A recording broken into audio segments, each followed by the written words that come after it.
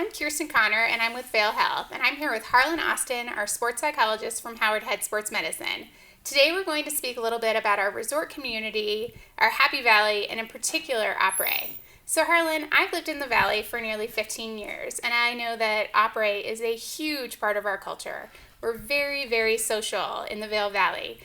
And with that being said, as we approach the holiday season, I know that sometimes I can feel that I'm invited to a different restaurant or bar almost every night. So what would you say are some of the negative side effects from maybe drinking too much or could you give us some tips on some of the social pressures that we and I experience during the holidays to drink more and to attend all of these parties? Sure. Yeah, there's no question that there's a real work hard, play hard culture up here in the mountain towns and other resort towns as well. And, there's a party every night of the week for people who are coming in from out of town for vacation. But if you live here, there could be an option every night of the week, like you're saying. And I think it's important that when we think about our way that we use alcohol, the way that we even eat, all of this does have an impact on the way that we are able to perform in life. And I look at everything through this lens of performance about how can we perform at our best. And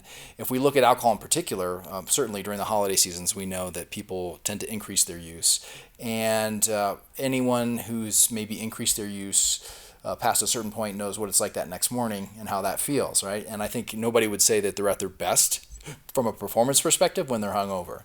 So I think when people are going into holiday seasons and they're trying to navigate that world of celebration and having lots of extra drinks or being offered lots of extra drinks, that thinking about, what are your real goals here this week? What are your goals in your family? What are your goals tomorrow is helpful, because if you're not thinking about that, then you might not realize how you're going to impair your performance.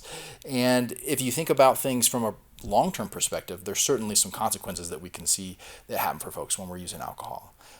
All the systems in the body are impacted. So we can talk about the brain, and we know that the brain gets impacted, and our ability to concentrate and our ability to focus and things like that are impaired when we're using in the moment. But if you use over a long period of time a lot, it also impairs the brain's ability to perform the same way it used to. If we look at other systems like the organs inside the body, we know that chronic alcohol use is going to create system breakdowns. It's going to increase cancer chances for a number of different types of cancers. A lot of those are long-term risks, but I think the one that's most pertinent right now in our community is that for both people who are long-term heavy drinkers or people who just have short-term binge, our immune system is compromised by alcohol. And so as we're living in the culture of COVID right now, and especially in this area where a lot of people are traveling from all over the world, I think we all want to have our immune system at its best when we're exposed to a bunch of different people from different places with potential exposure to COVID. So that's the one thing that I think from a health perspective stands out, and particularly this year, is that we want to protect our immune systems, and just be aware that if you are drinking heavily, you're going to impact your immune system and potentially put yourself at greater risk for other health issues.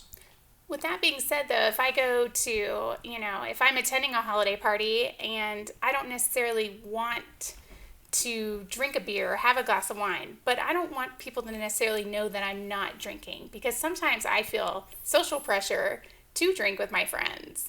And I know it makes some people uncomfortable if you're not drinking alcohol like the rest of them. So do you have a tip on something that I could drink or hold in my hand, or something I could do to make it, to not feel that pressure?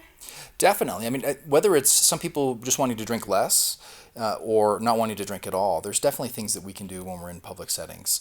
I think one of them is having something in your hand. That helps. I think when you're at a party and you're not holding a drink, sometimes it makes the host or other people uncomfortable when they see that. And so just having a glass in your hand, you can have a mocktail, you can have a seltzer water, put a lime in it.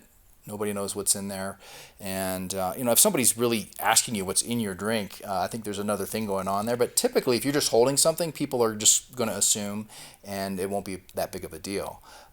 In scenarios where you're with friends and whatnot, you can always frame it to you're working on a goal for health. You're working on driving tonight. You can talk with friends in a way that you might not talk with people who don't know you.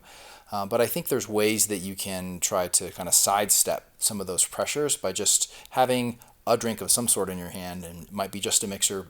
Nobody's going to have to know. So Harlan, can you give us some additional tips on alcohol use? Yeah, sure. Especially during the holiday season when people are attending a lot of events where it's present. One of the things that's important to think about is just pacing oneself. And so if you want to, you can alternate between having a drink and have a glass of water. It sounds like a really simple thing to do, but it's going to slow your consumption and it can even out the evening for folks. Another thing to think about is that a lot of times people don't have enough water before they go to sleep. They kind of drink right until it's time to go to bed, and it's really going to impair your ability to have a good night's sleep. So I think making sure to have time at the end of the night to have some glasses of water is also helpful, and it's going to be helpful for the body, and it's going to be helpful for the mind because it might help you sleep a little bit better.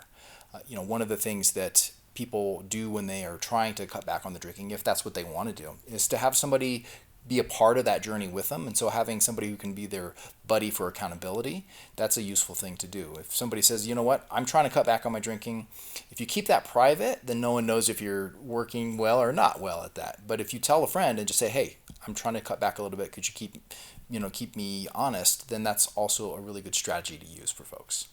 Okay, well, great. Well, thank you so much for meeting with us today and telling us a little bit more about, giving us some tips and tricks. And thank you so much. Thanks a lot.